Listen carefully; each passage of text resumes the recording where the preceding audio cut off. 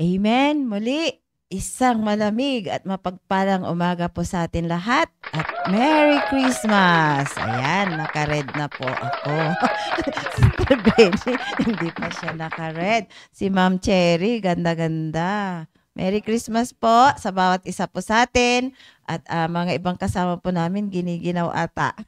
Kaya join po tayo dyan. Alam ko, nandyan Sister Cyril kay ate ko. Join po kayo sa Google Meet. Sino na yun nandyan, Ma'am Cherry? Ma'am, wala daw sound. Hello? Ayan, so, ayan, walang sound daw. Good morning kay Ma'am Geraldine. Good morning, Merry Christmas po. Si Ma'am Beth. Si Ma'am Beth Yes, yun. good morning. Good morning, Merry Christmas. Kala namin na traffic ka hanggang Hindi madaling araw. mura ako. Ay, kasi ang sobrang lamig. Baka na umuwi ka sa galing Bible study, nalamigan ka. So, nag-umpisa na yung talagang lamig ng December kagabi. Kasi sa bawat Bible study, puro malamig ang sinasabi, maginaw. Kaya ngayon, painitin po natin at wala yung pinakabata pa rito. So, Ma'am Beth, gusto Traffic. mo? Ikaw ang mauna? Oh, sabi Ano ng ba? pinakamatanda natin, ikaw daw mauna. Ako na ba? Ako na ay very good. Ako na yung pinakabata ngayon. Oh, sige. At baka may tatawag sa'yo mamaya. Okay. Sige. Good Ako na morning po. mag-start. At yung sa FB Live, batiin ko muna yung nasa FB Live. So, good morning po sa atin lahat dyan. Umpisa natin kay, ayan, si Ma'am Julian Buliago. Merry Christmas po dyan. Good morning sa ating lahat. Sabi niya, sa Fairview po ito. Sister Myra, good morning. Kumusta dyan sa village? Malamig ba? Ayan, si Sir Dionisio Narcisa, ang lakay ni Ma'am Beth. Sir Juni, may nararamdaman ang yung darling. Uwi ka na. So, ayan, Sister Cyril, sabi niya, good morning po, watching with Mommy, Cynthia Reyes Sigüenza. Wow, natutuwa ako, nandyan kayo sa San Carlos. So, sana, join kayo sa Google Meet. Pag nandyan ako, Sai, alam ni Mami mo, may wifi kayo dyan, join kayo. Sister Agapita, good morning. Ayan, Sister Heidi, ayan. Sai, join kayo, makikita ka ni Ma'am Heidi. Ma'am Heidi, pwede rin. So, mali po kayo sa Google Meet. At ayan, si Manang Tita, good morning. Sister Rolyn, Ma'am Cherilyn Castro, yung nandito po sa studio na napakaganda. Flowering ang kanyang damit. So, Merry Christmas. Ayan, Sister Benny. Yun pa lang po ang nandito po sa FB Live. Kaya, antay natin yung iba. Ayan, Sister Tintin. Good morning. Kumusta na yung dalawang makulit dyan? So, yan. Ma'am Beth, umpisan nyo na po. Okay, sige. Sabi nga Merry Christmas. Tingnan mo sa likuran namin. Tingnan mo sa likuran namin. Christmas na Christmas. Sabi nga Merry Christmas. Start tayo ngayon na i-commit natin. Sabi nga commit our family first, especially during this Christmas. Pag-usa ng introduction lang konti, sabi nga ang Christmas season ito ay hindi dapat yung pinag-aanuhan natin, abalahan yung mag-shopping tayo, magpa-plan tayo na mag-travel, at yung sabi nga yung pero sabi na dito, ito yung take advantage natin yung moment na dapat i-consider natin the reason for the season, walang iba kundi si Jesus Christ. Kasi actually, siya naman talaga yung isine-celebrate natin, hindi naman kung sino, di ba? Ang celebrant natin dapat dito ay walang iba kundi si Jesus Christ. So sinabi nga dito nakaka-inspire kasi yung verse na about kay Mary, pag-usapan natin since mga mother din si Mary, pag-usapan natin si Mary. Luke chapter 2 verse 19, sabi nga dito, but Mary treasured up all these things and pondered them in her heart. Nang pinili ni Mary na mag-focus. Bagamat medyo mahirap, bata pa actually yung age ni Mary noon nung siya ay sinabihan ni Angel Gabriel na sinabi sa kanya na siya ay magiging mother of the Son of God. hindi madali na maging responsibilidad 'yun para sa kanya.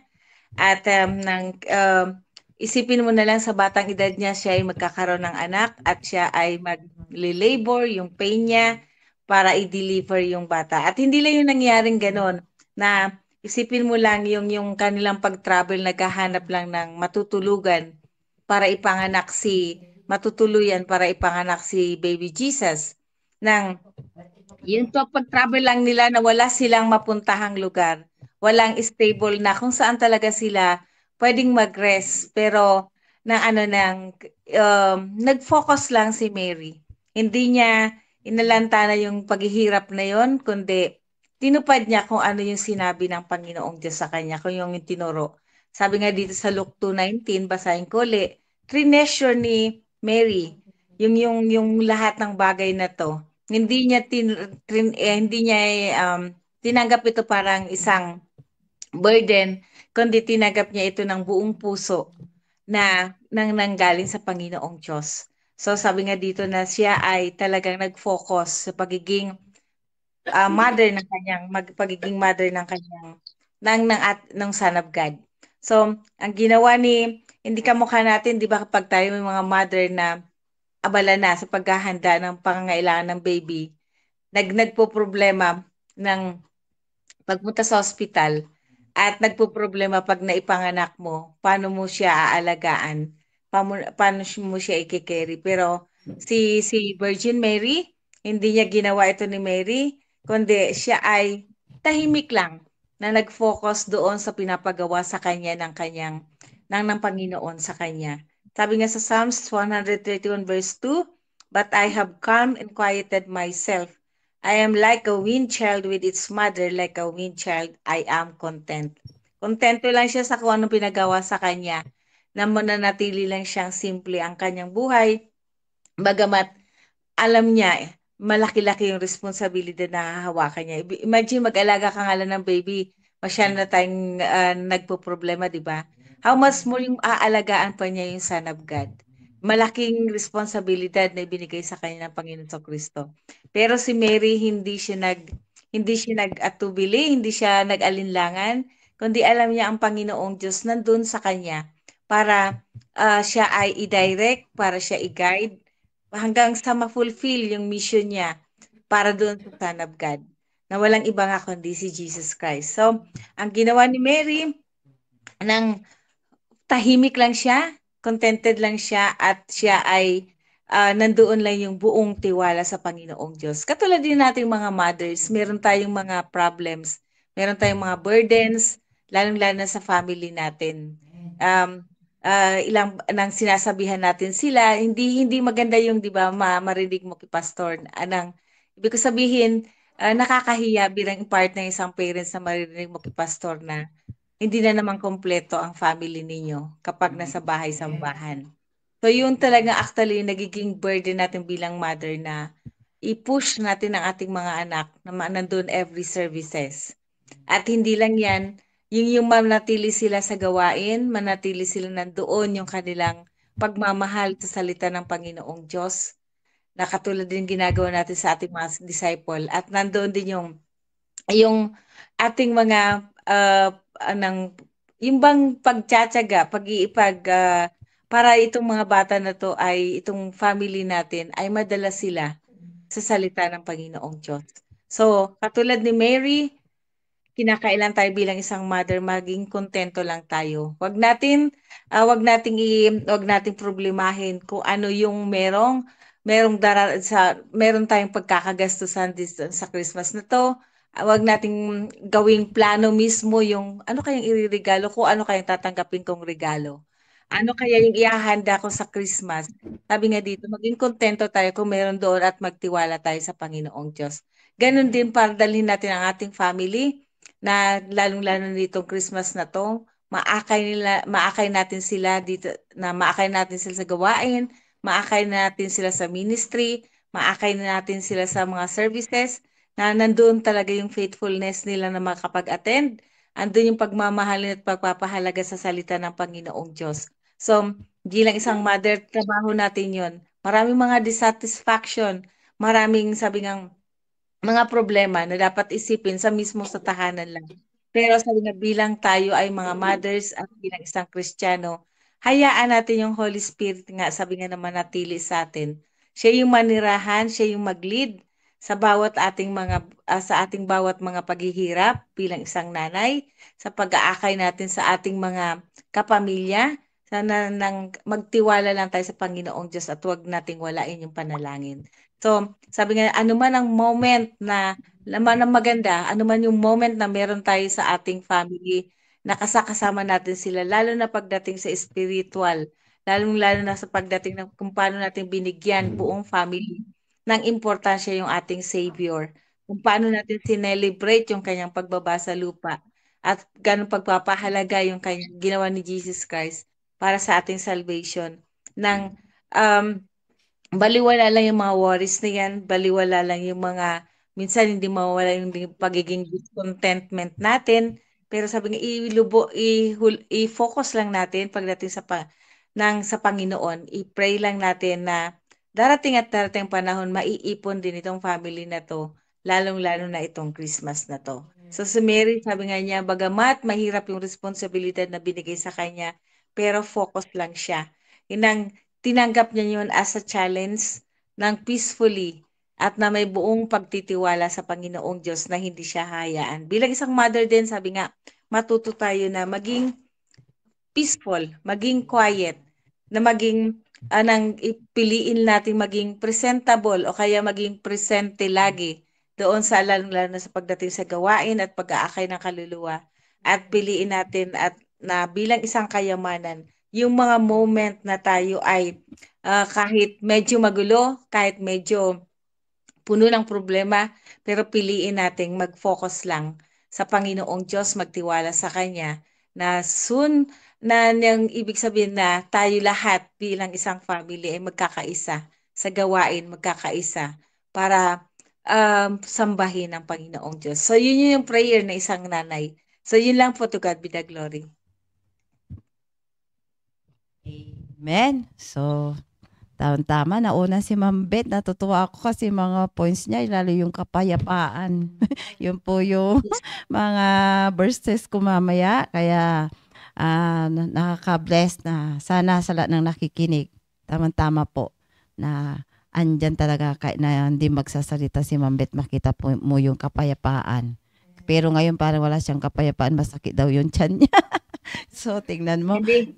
Kailangan uminom ako ng mainit. Amen. Oo. Tapos lagyan mo ng langis sis na ano yan, nalamigan kasi talagang sobrang lamig. Kaya napakaganda po bilang isang nanay. Pag susundin natin po yung mga lahat ng nasabi ni Ma'am Beth, ay talaga itong Pasko masasabi natin na maligaya, mapayapa at manigong yung darating na 2026 ay talagang sasalubungin natin ng buong kapayapaan. Sabi nga, maraming problema sa totoo lang talaga, lalong-lalo sa bansa natin, pero nandoon ang salita ng Diyos. Kaya pahalagahan po natin bawat verse na maririnig po natin ngayong umaga na to. Kaya susunod, dumating na po yung pinakabata po namin.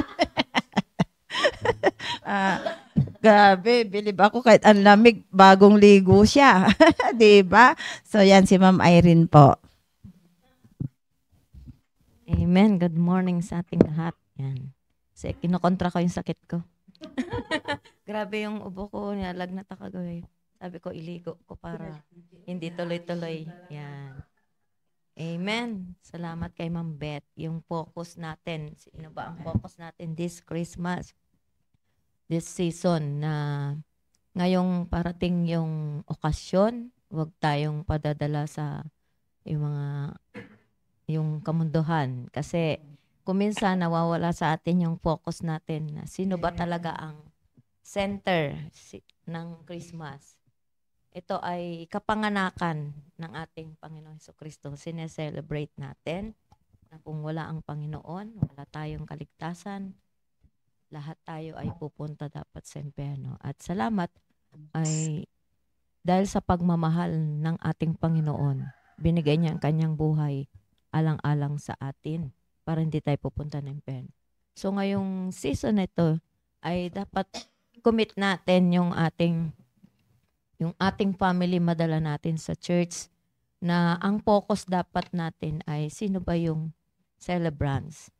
Dapat si Jesus Christ, hindi yung ano ba yung ihahanda natin, ano ba yung maipapakita natin sa kamag-anak natin. Oy, maghahanda kami ng bonggang-bongga.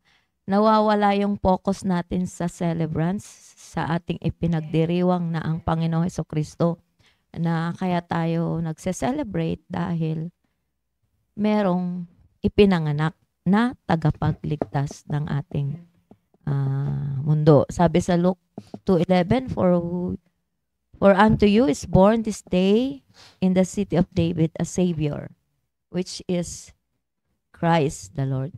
Na dapat ang focus natin, merong ipinanganak na tagapagligtas sa buong mundo. Walang ibang pangalan na ibinigay ang langit, ang ating Diyos, kundi ang ating Panginoong Hesukristo.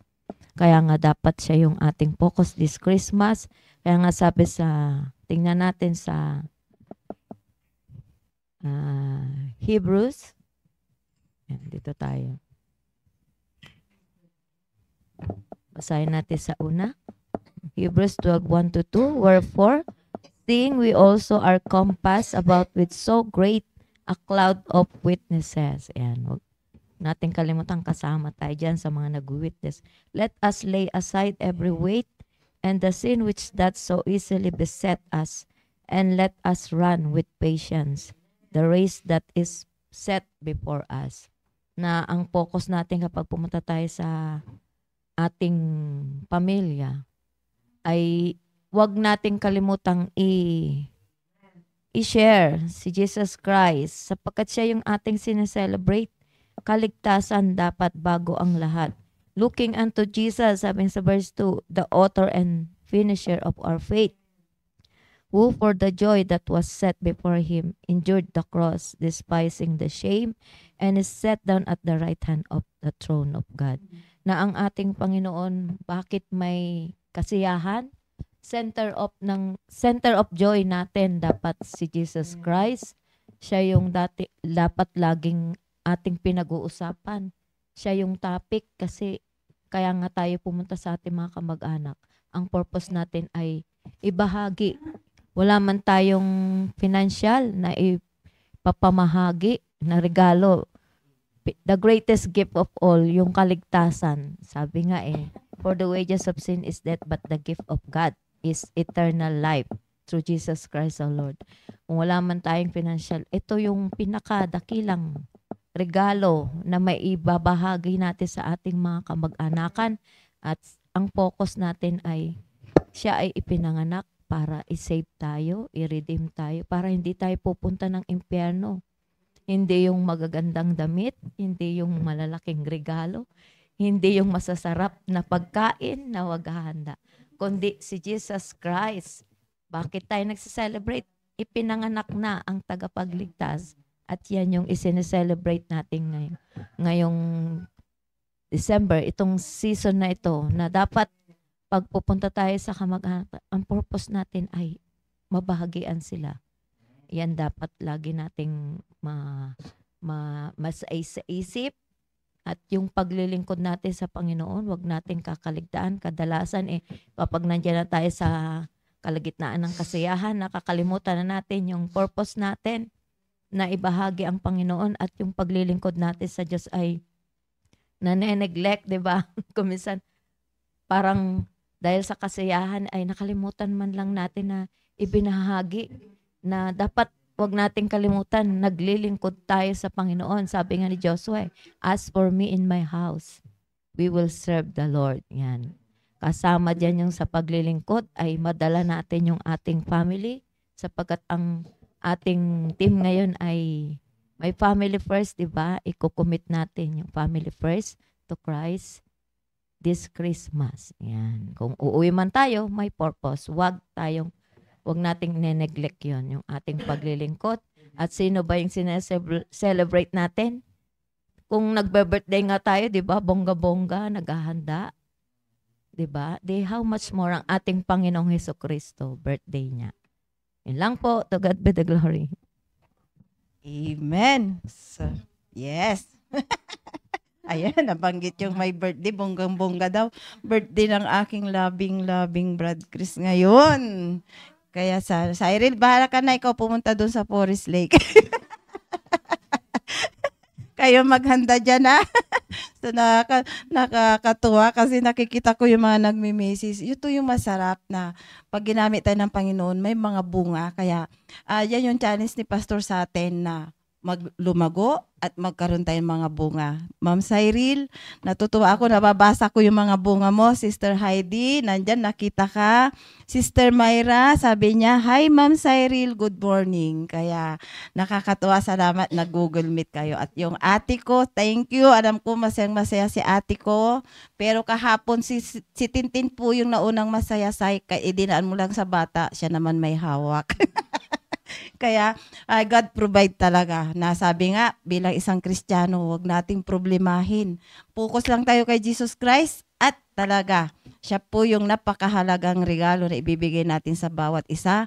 Sa Bible study na yung kagabi, yun na po yung topic na huwag tayong basta mag-focus lang tayo sa birthday celebrant, huwag yung sa mga handa para andyan, talagang makikita mo, kikilos ang Panginoon, ibibigay niya lahat ng kasiyahan, kapayapaan, at talagang magagamit tayo na ito yung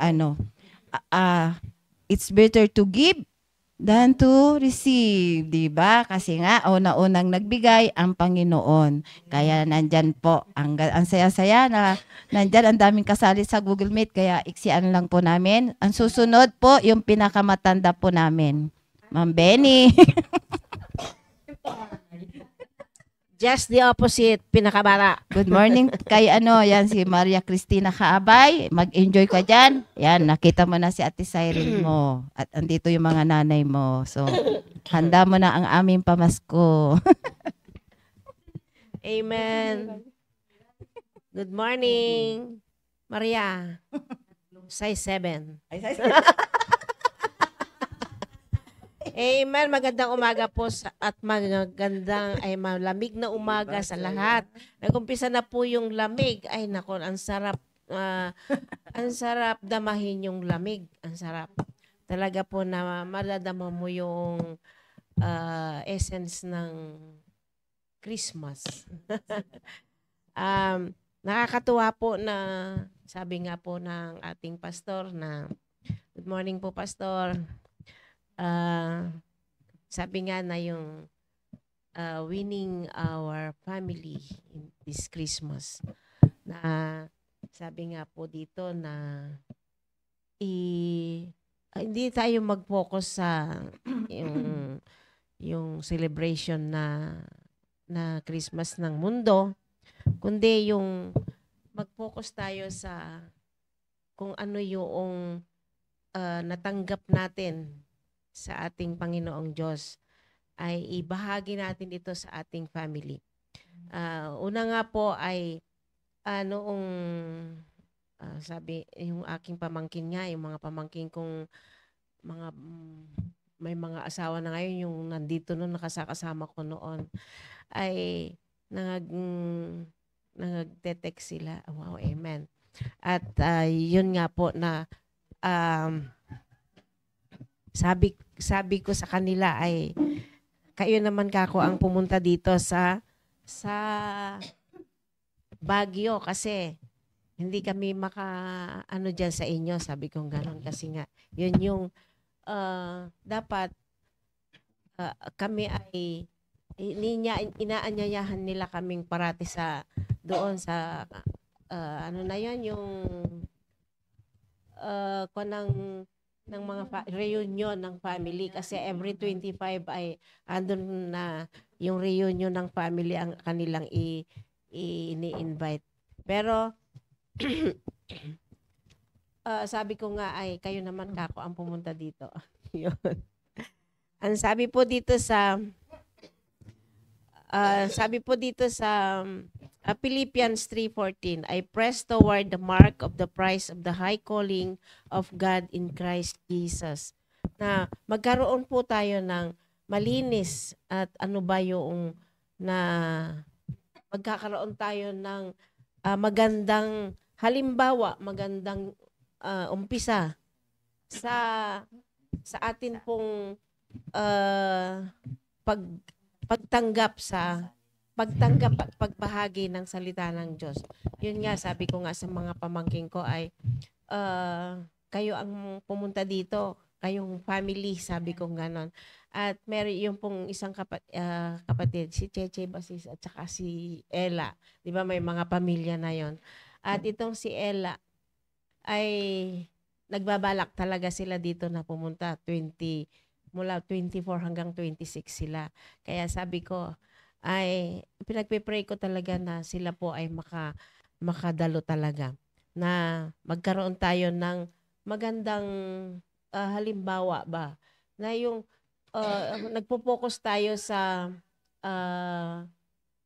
selebrasyon ng mundo, bakit hindi tayo mag-focus sa ng spiritual na focus natin sa ating sa salita ng Diyos. At dapat magkaroon tayo ng sabi nga dito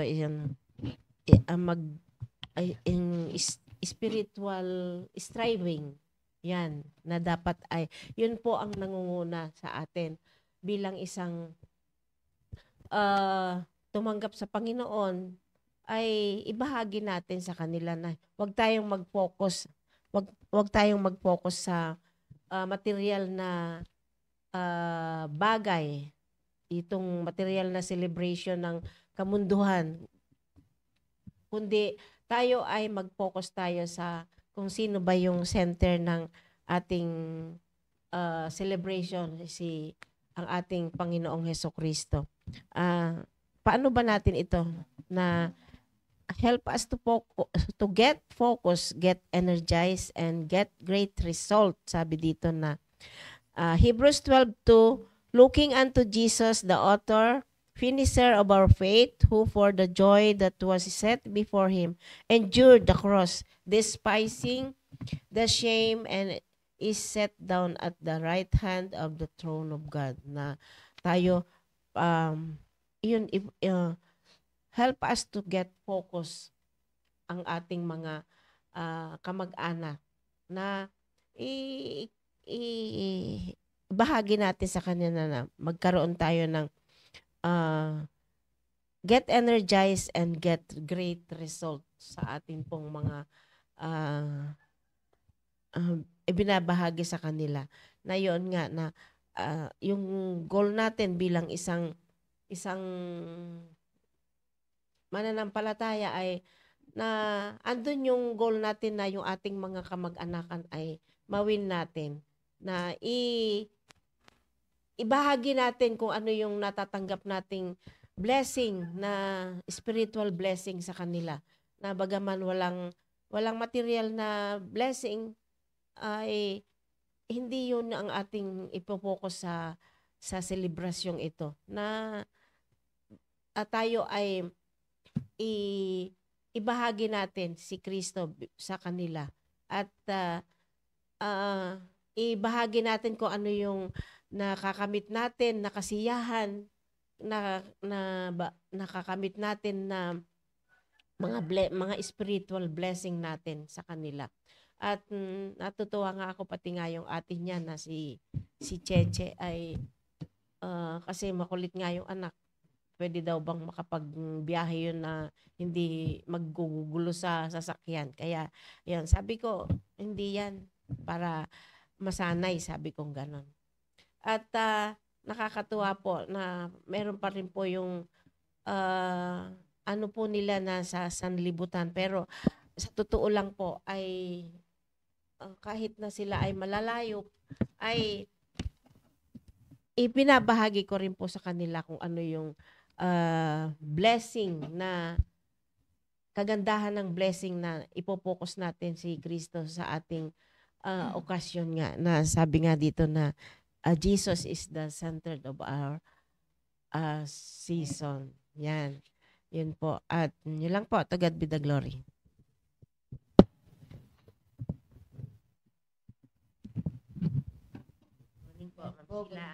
Good morning po sa inyong lahat, sa mga mothers.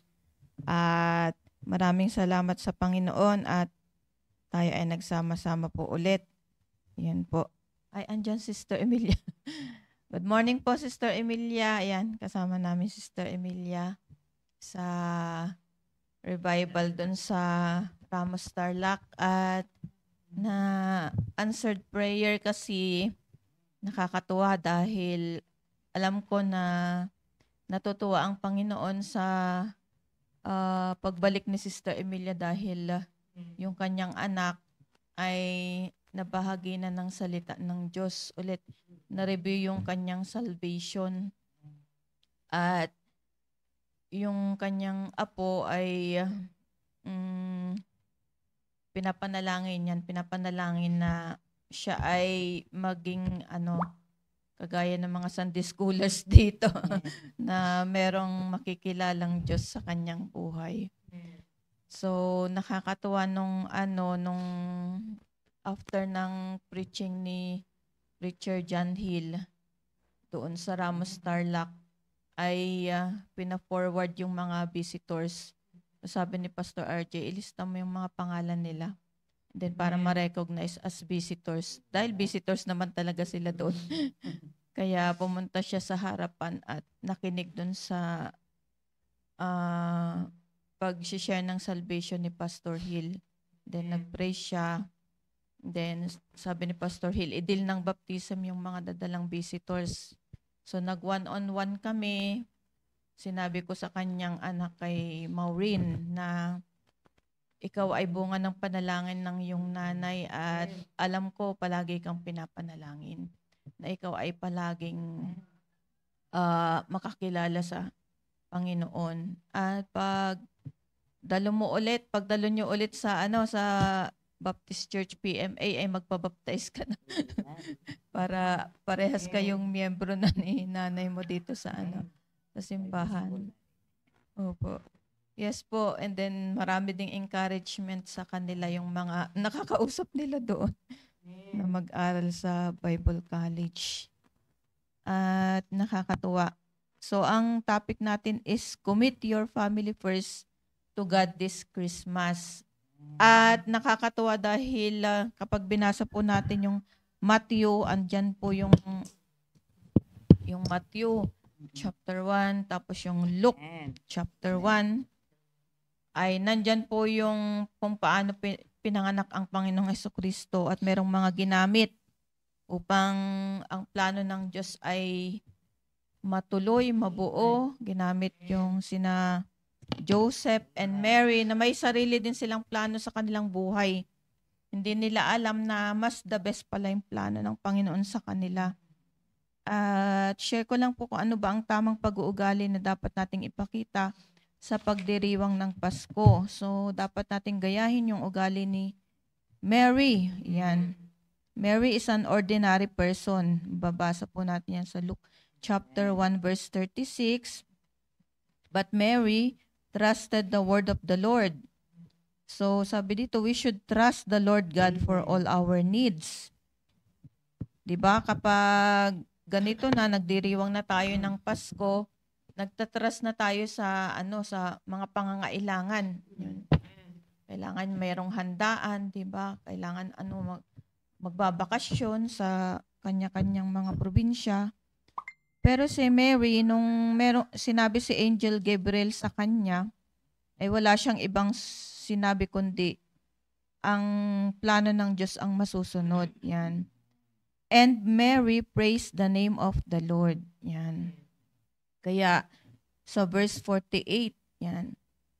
So, palagi nating basahin yung Bible natin at tingnan natin yung ugali ng mga tao na ginamit ng Panginoon upang mabuo yung plano na ang Panginoong Hesukristo ay ipapanganak dito sa mundong ito. Dahil yun nga, Jesus, commit your family first to God this Christmas. So, ang ibig sabihin nito is ilagay natin yung ating sarili sa plano ng Diyos ngayong Christmas.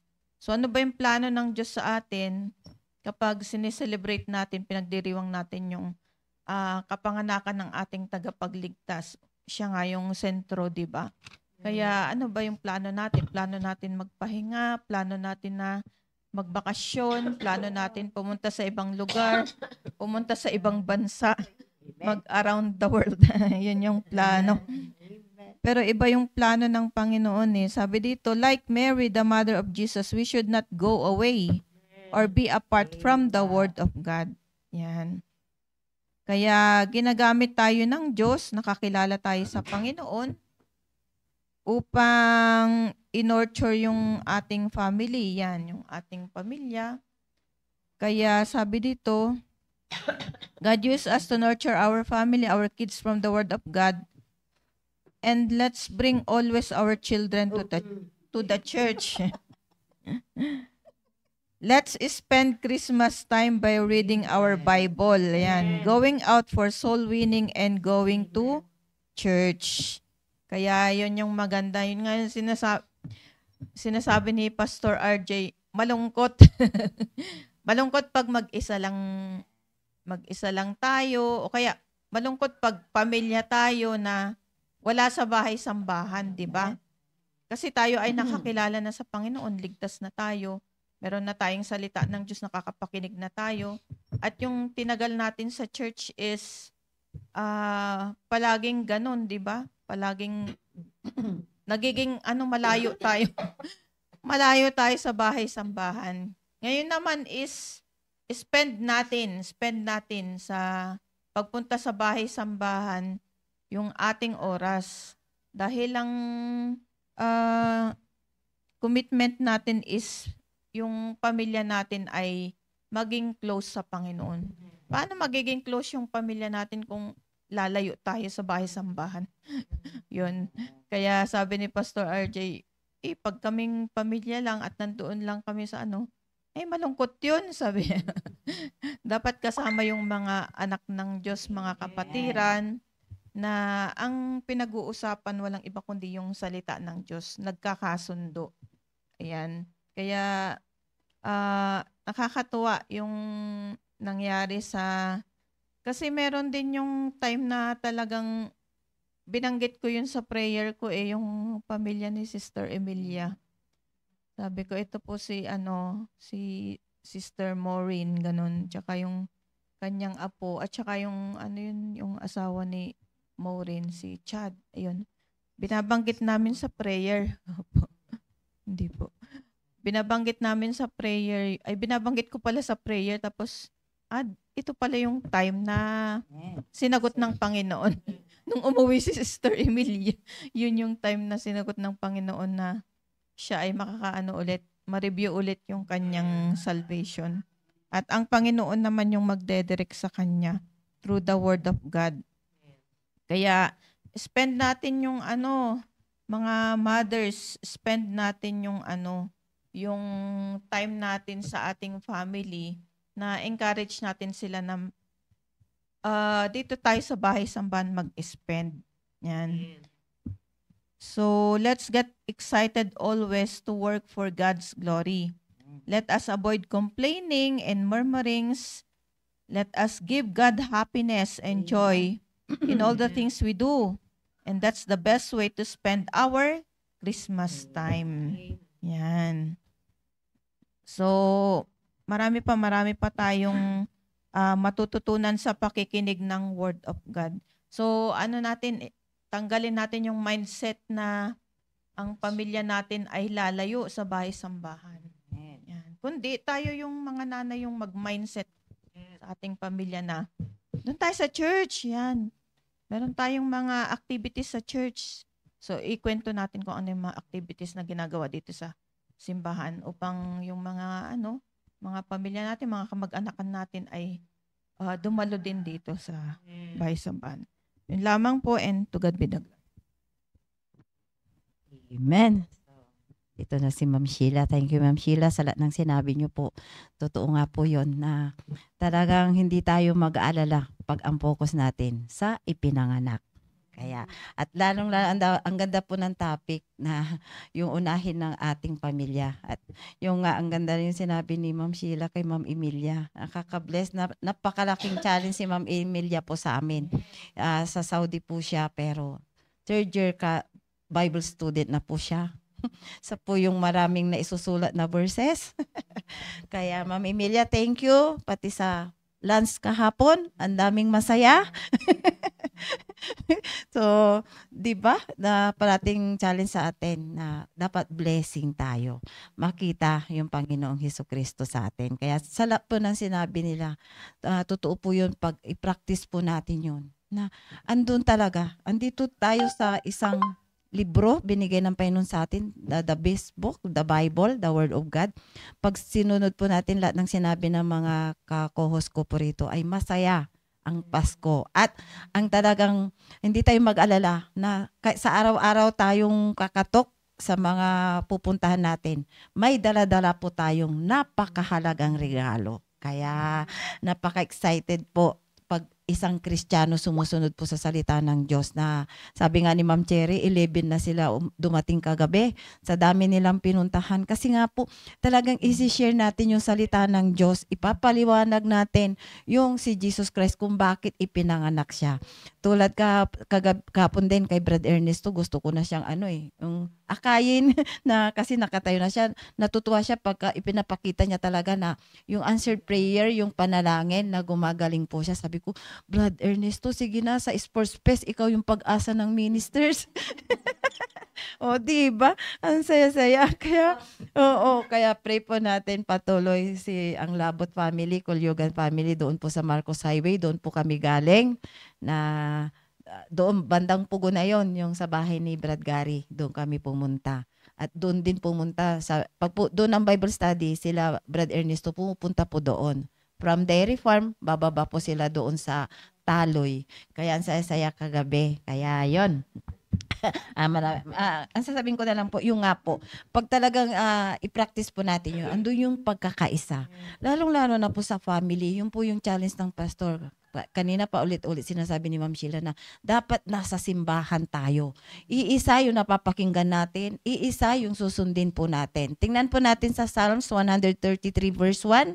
Ito'y isa din na isang memory verse. Sabi niya po rito is 133 verse 1. Sabi niya dito, "Behold, how good and how pleasant it is for brethren to dwell together in unity." Ito po yun. Talagang magkakaisa tayo. Wala ngang relihiyon na itinatag ang Panginoon, kundi yung relasyon natin sa bawat isa. Andito, iisa ang Diyos natin, dapat andun yung pagkakaisa po natin sa salita ng Diyos. Pag ito yung susundin natin, walang dapat pag-argue, walang dapat mag-murmur. Nasabi na rin ni Ma'am Sheila po yun. Yung mag-murmur tayo, magre-reklamo tayo. Pag wala talaga tayo salita ng Diyos, kunwari, ang ganda ng dekorasyon kapitbahay mo, para kang kawawa. Ay, oo, lalo pag yung tumutunog yung Christmas light, naiinis ka na kasi wala kang Christmas light, di ba? Magdamag yun, maririnig mo yun, di ba? Kaya, pag may salita ng Diyos tayo, lalong-lalo na po sa mga anak natin, no, andun yung contentment, ay napaka po. At andun yung pagkakaisa, na kahit natuyo ang ulam, kahapon, sabi ko naman kay Sister Benny, yung pagkagaling namin sa school, nagturo sa PMA, sabi ko, daan muna tayo sa pray mo, mag-magic yung ATM ko. Di ba? Ando yung prayer talaga. Ay, naku, nakakatuwa. Tapos dapat nagpaparanggaw na tayo, di ba? Di ba? Yung mga coins dati, wala pang Pasko, nagpaparanggaw na kami. Di ba? Yun, hindi yung sa sarili natin, kundi sa mga kapatiran, sa mga lingkod ng Diyos. Masaya tayo na may naibibigay. Pero higit sa lahat po, yung salvation, yung gospel na ibibigay natin. Para sa totoo lang, lalo pag nanonood din tayo ng balita, yung mga nasalanta sa bandang Mindanao, maiiyak ka talaga sa mga nangyari sa kanila na magpapasko na yung nawalang anak ay hindi pa rin nakikita. 'Di ba? Kaya talaga ipag-pray natin bawat isa na sa panalangin. Andiyan yung power ng panalangin na sabi nga ni Ma'am Sheila kanina, pinag-pray niya si Ma'am Emilia. Yun po yun, isang Christian conduct na yung sa supplication, yung hindi lang yung sarili natin panalangin, yung panalangin natin sa iba. Tapos pag sinagot ng Panginoon, grabe yung pasasalamat natin sa Panginoon. At alam ko, answered prayer din kami ni Cyril. Andyan yung ate ko, Ate Cynthia, love you. Answered prayer kami. At nandyan, tama-tama po yung topic na unahin ang family. At tama-tama, andyan yung panganay ng anak ng ate ko, si Cyril. So, yun po yung maisishare ko. At isa pa, na salita ng Diyos na sinabi po dito na nandun yung pagkakaisa natin. Tingnan natin sa Romans 12:16. Ayun po yun. At para makapagsalita yung nasa mga Google Meet, yung ibang verse sa susunod na lang po. Sabi niya dito sa Romans 12:16, instruction ng Panginoon sa atin para masaya itong Christmas. Sabi niya po rito, be of the same mind one towards another. Mind not high things, but condescend to men of low state. Be not wise in your own conceit. Sabi nga ni Ma'am Sheila, hindi yung nanging ibang bansa, mamasyal, pasyal dito, pasyal doon. Bilang isang Kristiyano, andyan yung pagkakaisa, nag-i-enjoy ka. Kinukonsensya nga yung mga nangurakot, ang dami nagdusa, tas sila doon nag-i-enjoy, di ba? O, tas tayo, nandiyan, kung saan yung wag yung sa paghahanda ng mundo. Nilagay na tayo ng Panginoon sa church na dapat ay isi-share natin si Kristo sa bawat isa na makikita natin sa totoo lang. Marami pa talagang kailangan ng salita ng Diyos. Sa pagbahay-bahay po namin, sa pagtuturo sa school, makikita mo yung may salita ng Diyos at wala. Kasi talagang nandun nakatuon ang focus nila sa mga handa, sa mga, lalo sa school yung mga regalo na yung may isang nalaman ko na hindi daw required na may exchange gift kasi yung iba wala ngang pambili. Diba? Kaya nandoon na dapat ando yung pagkakaisa natin, magmahalan, magbigayan, magtulungan, at magunawaan. Diba? Lalo na pag medyo may nagtatapos sa'yo o may galit ka, ay alisin natin. At hindi lang ngayon, hanggang 2026 para masaya. Itong 2025, last month, ay paghahanda pagsalubong ng 2026 para andun yung kapayapaan ay lahat po nang nasabi po rito. At sa mga susunod pa po na Friday, marami po kaming handa para andoon masaya yung Pasko, yung celebration natin. At salamat sa mga grupo po namin, nagbunutan na po. Masaya po yung number 1. Diba? Kami po, mga ministers at Judah, mag-join force kami. Kaya yun, enjoy po natin. At ayan po, Ma'am Sheila, yun sa mga Google Meet, alam po namin marami din po silang sasabihin. Thank you po. Merry Christmas. Amen. Ayan.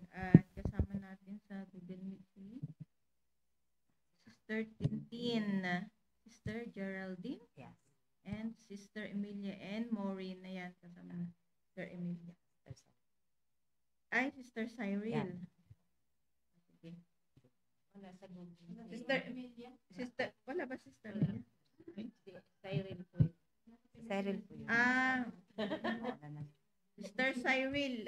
Ayan.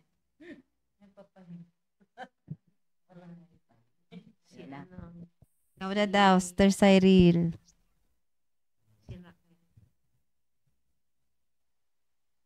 Po, salamat po sa lesson. Ay, mahina yung sound nyo. Lakasan.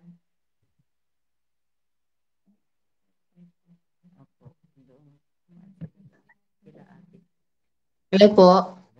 Amen. Okay na. Ayan. Okay na. Ayan. Salamat po sa topic nyo for today. Good morning po sa lahat. At kasama ko po si Mami Cynthia. Salamat po at answered prayer po tayo. At bunga po ng panalangin na i-win po natin ang ating family. At salamat po sa na natutunan po namin sa araw na ito. To God be the glory po. 13. Ayan, good morning and thank you po muli. Una po ay Merry Christmas po sa lahat. Namamasko po kami. Kumanta na kayo dyan. Po. Salamat, Sir Cyril, sa inyong maagang pamasko sa mga bata. Hindi po. Maraming po salamat po sa natutunan po ngayon na talagang sa panahon po ngayon, hindi lang naman po sa buong buhay po natin ay dapat nakafocus po ang bawat activities po natin sa Panginoon. Siyempre, lalo na po ngayon na ano po natin, sineselebrate kung gaano tayo kapasalamat, nagpapasalamat dahil sa kaligtasan po natin dahil pinanganak po ang ating tagapagligtas. Yan, kaya nagpapasalamat po dahil ito nga po ay ano ko lang po kasi yung sa issue, di ba ba may issue po yung yung 500 pesos na Noche Buena. Merong nag-comment. May nag-comment kasi na artista, sabi niya, kaya Noche Buena, di ko alam kung totoo po yun. Noche Buena daw ay fiesta. So, ibig sabihin, dapat hindi nagtitipid. So, kung ganun kausipan nila, para ganun din po tayo na dapat ito yung panahon na hindi rin po nagtitipid sa sa paglilingkod sa Panginoon, di po ba? All out talaga na hindi po yung all out sa reunion, sa ibang bagay. Kung kailan walang pasok, yung pang hindi pa nakakasama sa saturation, di po ba? Yung bang, ito po yung panahon na igagrab yung pagkakataon ng bakasyon, mas lalong may time sa Panginoon. At syempre po, lalo-lalo na sa family. Thank you po. Sir Geraldine, how are you? Merry Christmas. Merry Christmas po. Basta kahit may Christmas man o kung walang Christmas, basta remember natin yung Word of God po. Yun po masabi ko kasi, yeah. Happy birthday, Ma'am Christmas, Geraldine. ang natandaan ko po sa Christmas rin po, kasi dati yung Christmas, yung first paniwala ko, akala ko may totoo Santa Claus. Yung pala, lang pala siya, character lang po siya. Yung meaning ng true Christmas po is about the birth of Jesus po. Yun po. Happy birthday, Ma'am Geraldine. Thank you po. Kami ay mga caroling sa inyo. Yan, dito naman sa natin, sa studio natin, kasama natin yung mga full-time mothers. Kasi wala tayo kay Sir Cherry. Abaan mo, mahaba pa oras.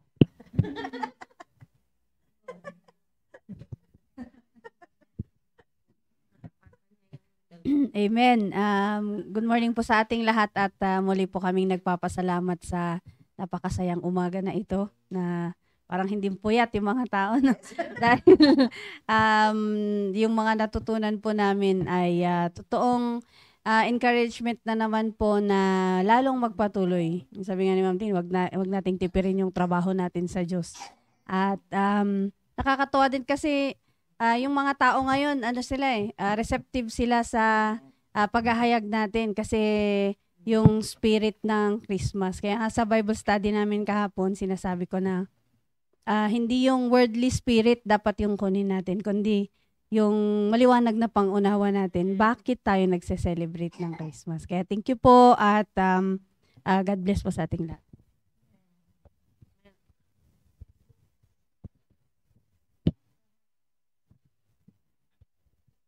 Good morning po sa ating lahat at Merry Christmas po sa ating lahat. Nagpapasalamat ako sa Panginoon kasi noon hindi ko rin alam yung meaning of Christmas. Ang alam ko lang, video okay dito pag Christmas, madaming handa. Tapos may bibigay na gift, ganun. Wala hindi ko alam noon na dapat ang focus dapat sa Christmas is yung birth of the Lord Jesus Christ. Wala. Palaro dito, yun lang yung inaabangan ko every Christmas Pero ngayong Kristiyana na ako, natuto ako na yung Christmas pala is dapat ang center po ng celebration is yung my birthday. Walang iba kundi si Jesus Christ. And then kasama yung buong family na dapat unang-una i-worship ang Panginoon. Kasi siya ngayon my birthday. Siya yung dapat maitaas. Siya yung dapat bida. Ganun. So, ayun po. Nagpapasalamat ako sa Panginoon dahil itama yung maling paniniwala ko about sa Christmas. Okay, thank you po. Good morning po sa lahat at happy birthday, Ma'am Geraldine.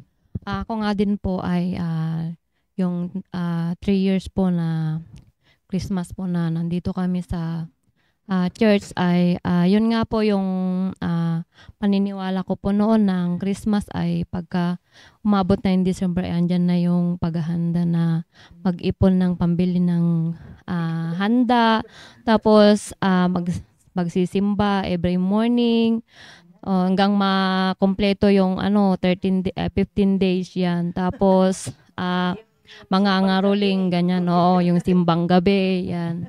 So, yun nga din yung yung mga video okay, ganyan, yung pamamasyal, ganyan. So, naniniwala din ako dati na merong Santa Claus, ganyan. Pero nung nalaman ko na hindi pala yun yung talagang focus dapat sa Christmas, kung hindi yung mismong birthday ng Panginoon. So, maraming salamat po sa mga host at maraming salamat din po na andito pa rin po kami this Christmas. Thank you.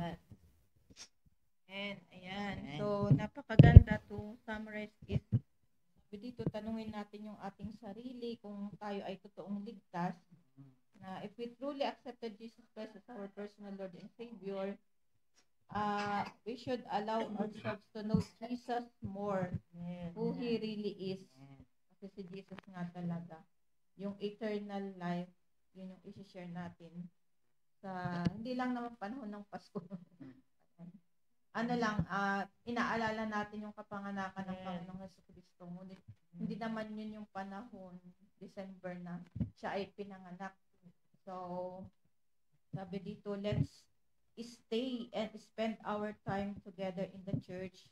Because when we accepted Jesus Christ as our personal Lord and Savior, we have our own family. And that is the family of God. Yun. So, we should worship Jesus during, after, and before na celebrate yung Christmas. We should worship Jesus because Jesus is God. At napakaganda yun. At maraming salamat sa mga nakasama natin sa Facebook Live. Sister Rolyn. Amen po, host. Sister Virgie. Bad Arong. Amen po, mga mothers. Plano ko po sa aking mga anak na mamamasyal kami sa Pasko. Pero dyan kami sa Baguio po. Para makapunta po kami dyan sa church. Ayan, in-apply ka agad ni Amen. Sister G, see you soon. Yung topic natin. Lani. Sister Raquel, punta ka rin dito, Sister Raquel. Sister Raquel, sa Wednesday ng presentation natin, Oo. dumating ka na. Siya yung director. Sister Gina, Brother Gilbert Hofer, share to Arian Magkano, Sister Nelda, Sister Lanilyn, Lani. Sala de la Cruz. Yung pamangking ko yan. Lani, Sister Carol good morning. Abos, Merry Christmas yung regalo ko. Pita Amblos, Emily Brera. Amen. Good morning dyan sa garden. Punta ko dyan. Ayan, Sister Cyril. Andun, nanonood sa garden. Sila Michael, andun yung mga kamag-anak nila galing ng Biskaya. Kaya, yan, kami ni Sister Cyril ang sayang pumupunta sa garden. So, pag pumasyal ka rito, ipasyal kita doon. Yan, Sister Emily, good morning. Magpitas na kayo ng talong. Sister Alpha, good morning. Ayan, at pag tayo ay maraming ginagawa sa Panginoon, ay lalong masaya ang Panginoon. So, palagi tayong umattend ng church, makinig ng preaching, at yung pinapakinggan natin preaching, ina-apply natin, yun yung pinaka-importante sa lahat. Dapat natin gawin bilang anak na.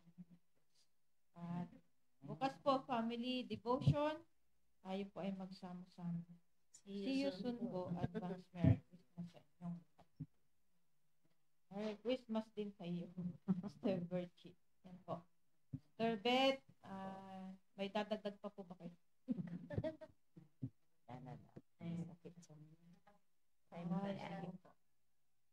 Ayan po. So, hanggang sa muli, hanggang bukas po at tuloy-tuloy pa rin po yung ating soul winning. Every day tayo ay magbahagi ng salita ng Diyos. Na rin po share ko lang po yung mga yung ate ko naman na nakita kami dun sa Tarlac ay busy-busy naman siya na ano, ito bisita ito bisita ito. Alam mo Sheila, ganito ang mga kalagayan nila. Sabing ganon, na parang ayaw nilang sumama dahil wala daw silang mga gamit na ganito. Wala pang pambili ng diaper yung bisita niya daw. Kaya ang ginawa daw niya ay bumili siya ng maraming diaper para makasama yung bisita niya. Ayan, ganon. Kaya meron yung time na nag-fellowship kami nung in-invite niyang visitor po kasi nag-area sila. CSI members ay nag-soul winning doon sa Amos. Kasi revival po sa kanilang 2 days. So nag-involve doon siya sa pag-invite ng mga bisita. At doon sa merong mother na nakausap niya na nagbabasura lang pala yung asawa niya. Yun, nag-fellowship din kami nung pagkatapos ng service, nakausap po yung kanyang visitor. Maraming salamat na lang na nakapunta kami dito sa church at kami ay nakakain, sabi niya. Alam mo sister, yung asawa ko ay basurero lamang, sabi niya. Nag-ano lang ng basura, yun yung trabaho ng asawa niya. Kaya nagdadalawang isip ako kung paano ako makakapunta sa simbahan, pero gusto ko, sabi niya ganun. Nakakahiya naman po na ang itsura namin, pupunta kami sa simbahan, ay gusgusin kami. Sabi ng nanay. Opo. Yun. Kaya nakakatuwa rin na kapag tayo ay pumupunta sa lugar-lugar, makikita natin yung sitwasyon ng tao. Ay mas mapalad tayo, di ba? Mas mapalad tayo mga full-time dito sa simbahan na everything is provided para sa atin. Hindi walang 500. Hindi na mamoroblema kung anong kakainin. Hindi na mamoroblema kung anong idadamit, ganon. Kasi napakarami ng damit. Ayan, maraming provision ng Diyos pag nandito tayo sa church. Opo, yun po. Sister Grace. Ayan. Good morning, Sister Grace. Sister Tita, good morning po. Ayan po. At sige po, closing prayer na po tayo. At yun po, Sister Benny. Amen. Manalangin po tayo, dakilang Diyos. Maraming salamat pong muli na kami po ay nakapagbahagi ng salita nyo. At sa buwan pong ito, Panginoon, ay sineselebrate po ang Kapaskuhan, pero sana po, Panginoon, ang mga tao ay hindi po sa material na bagay po sila mag-focus kundi sa inyo, Panginoon.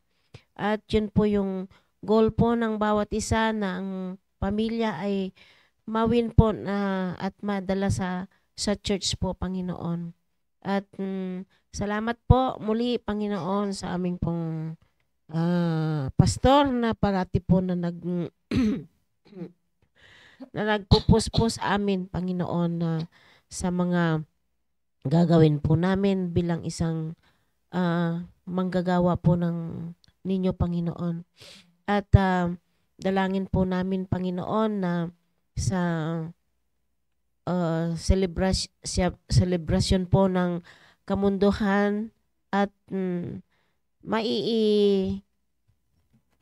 maikumpara po namin yung celebration po ng church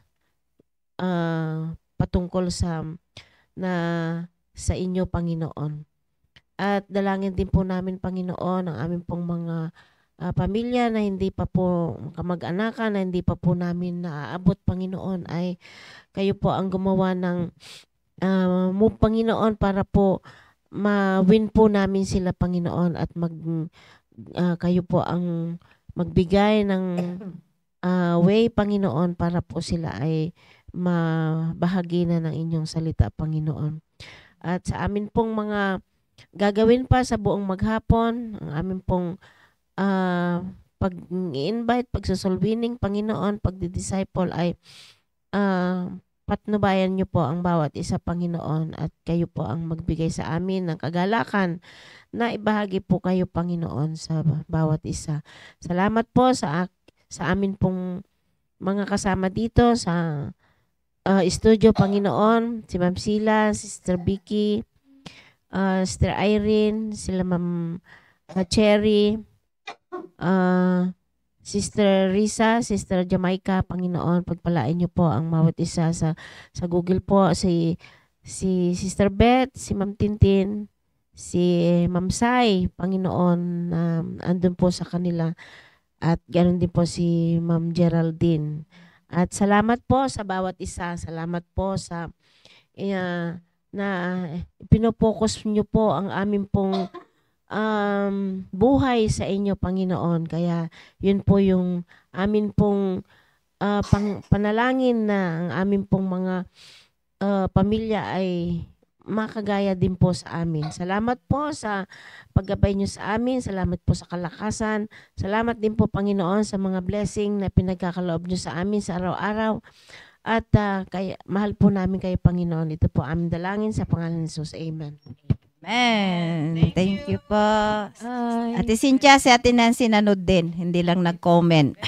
Ate Nancy, Merry Christmas. Yeah. Merry Christmas. So, Happy birthday, Ma'am Jen. enjoy. Amen.